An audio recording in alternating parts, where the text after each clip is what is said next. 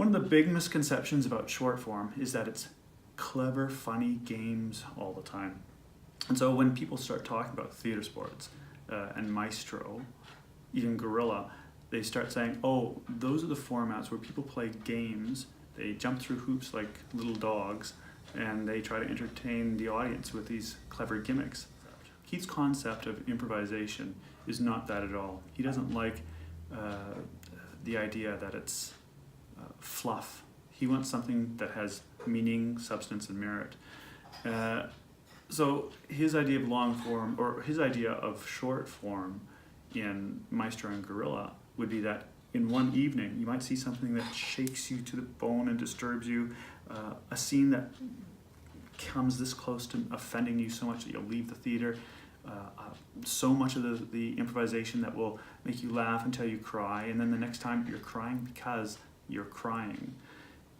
There are games in many of these things, not because the games are funny or clever. The games are there to solve problems. So in your short form or long form, if things are going well, why not use something to correct the problems if you're not correcting them within the short form or long form? And that's where you put in speaking in one voice, so you're working together. Speaking one word at a time, so you're sharing control. When you solve the problem, then stop playing the game.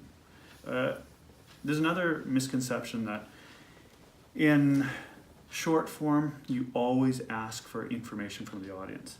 I can't remember who made the joke about it, but it was something along the lines of, can we have a place to start? Thank you, Toronto. Can we have a character who might be there? A baker, very good. Can we have a reason for the baker to talk to someone? Oh, okay, they want to fire someone. Can we have the rest of the story? Great. You don't need all the ideas, all the suggestions. You do the work.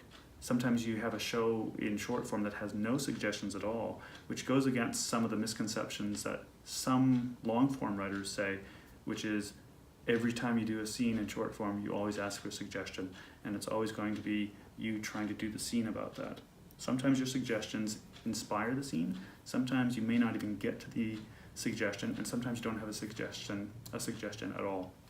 So be very careful about the misconceptions of short form, and if you're spreading them, stop it. Go out and play it. Do a 30-second scene that makes the audience scream. Do a 3-minute scene that is funny, and the next 3-minute scene make them cry, and then do some long form that does the same.